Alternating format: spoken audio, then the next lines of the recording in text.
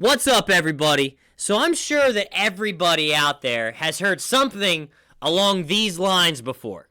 Go from 70% to 120%. Some of you need to go from 80% to 120%. Right? Everybody's heard that motivational speaker. Everyone's heard that crap of, oh, you got to give 110. Oh, you got to give 120.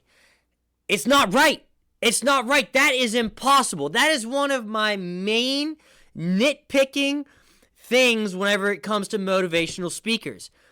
One, they say outlandish things. Oh, you got to do this. Oh, you got to do that. Oh, I'm sure. Well, some of those things are impossible. I'm sorry, but you cannot give 120%.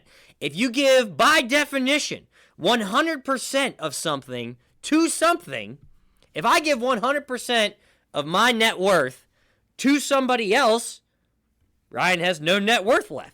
I have given my worth, 100% of it, to somebody else, which means I have nothing. I have absolutely nothing. Plus, I hate the give 110% narrative because they don't tell you what to give. If you give 100% of your time, if you give 110%, I'm just going to go back down to 100% because I'm going to get annoyed with myself for even saying 110% anymore. But if you give 100% of your time to something, you're not sleeping, you're not eating, you're not working out, because they say your goals.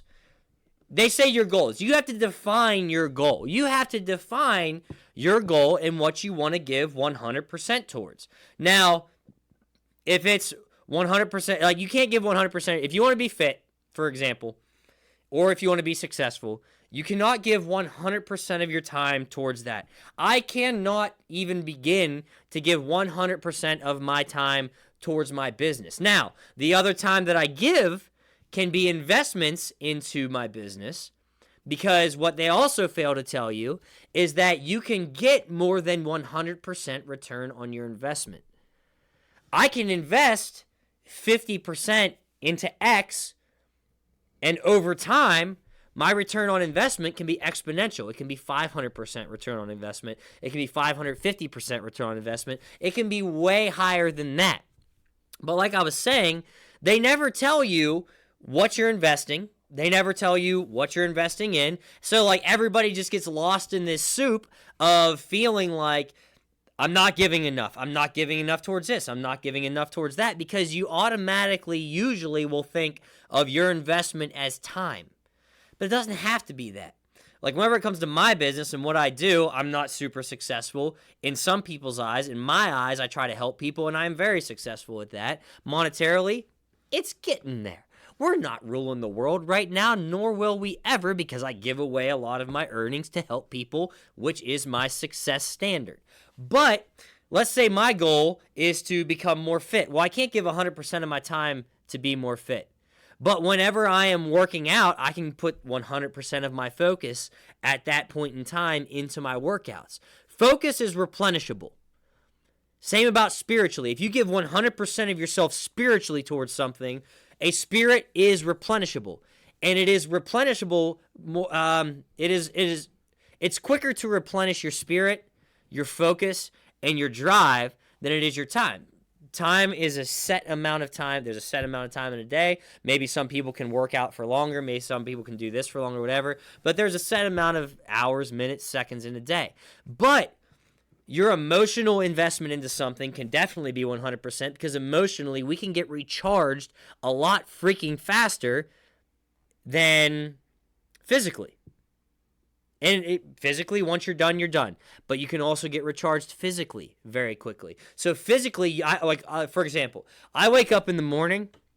First thing I do, I wake up at 7 o'clock, lay in bed, and I'm like, all right, here we go. And then I get up and I meet my Marine buddy and my other buddy, Lawrence. I meet him at the gym, and we genuinely give 100% of our focus. Actually, we don't, because we talk about other stuff. So I'm lying. We give about 80% of our focus to that workout, and we kill it. 100% of our energy goes towards that workout. We never walk out feeling like, oh, like we could have given a little bit more or anything like that.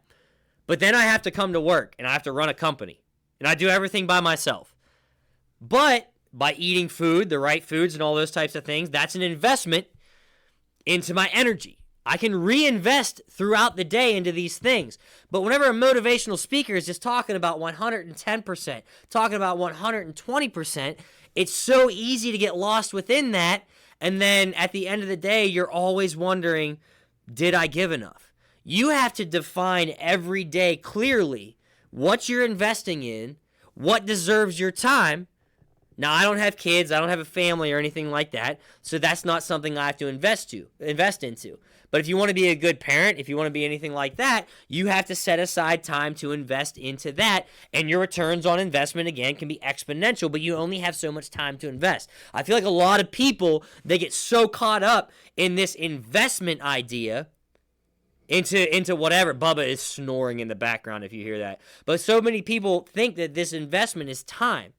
Investment is the 100% is a lot of different things. It's a lot of different things in your life. Whenever I'm at work, I have a hard time focusing. Does 100% of my focus go into my work?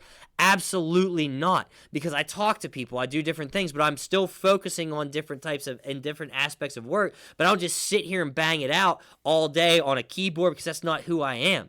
So you have to make sure that whenever it comes to your motivation, whenever it comes to your motivation and what you are investing in and what you're putting your goals out there to be, that they coincide to what you want them to be and not somebody else's definition of success, not somebody else's definition of what you want out of life. Too many times we're conditioned by a motivational speaker that we want to be like that motivational speaker. It's impossible. That motivational speaker is where they are for a reason. They should be there. The goal of a motivation should be for you to move away from that speaker, not for them to retain your attention. The goal of this video is for you to never freaking watch this video again, for you to retain the information, for you to pick one thing out of this video and then be able to move on from it, and then come back to the next video that I do and maybe take one thing from that. But eventually, you should become your own factory for motivation. You should be able to have a foundation of motivational traits that belong to just you, of little pieces and different things that you take from everybody else. Because what motivates me is not going to motivate you. I'm not motivated by wealth. I'm not motivated by monetary things, because I just don't give a crap. To be honest, I'm trying not to swear so YouTube doesn't get mad at me. But I don't give a crap about that stuff.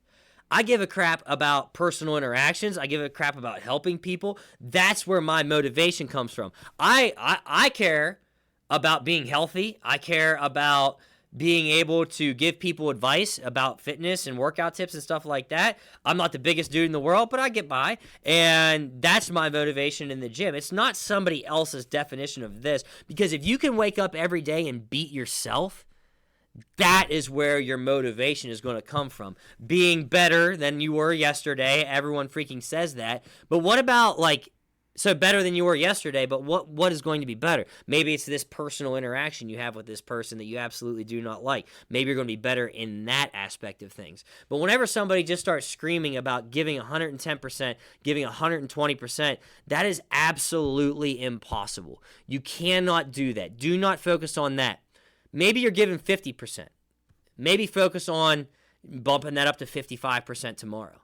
Maybe 60% the next day. Figure out how to give a little bit more, and you're going to approach, if you can give yourself physically 100% to something, that is optimal, because the energy you have throughout your day is replenishable. You can replenish that energy by eating food, the correct foods and all those types of things. Spiritually, you can replenish by hitting those little goals of helping people, of making somebody smile. That can lift your spirits. Everyone's heard that, lifting spirits. You can do that. That's spiritual replenishment, emotional replenishment. You can do that. So make sure, if you take anything from this video, make sure that you pay attention to your specific goals and what you're willing to invest in that from day one, because your investment into that can grow, because I guarantee it's not going to start out at 100, and it's damn sure not going to start out at 110. Stay focused, stay motivated, more crap coming.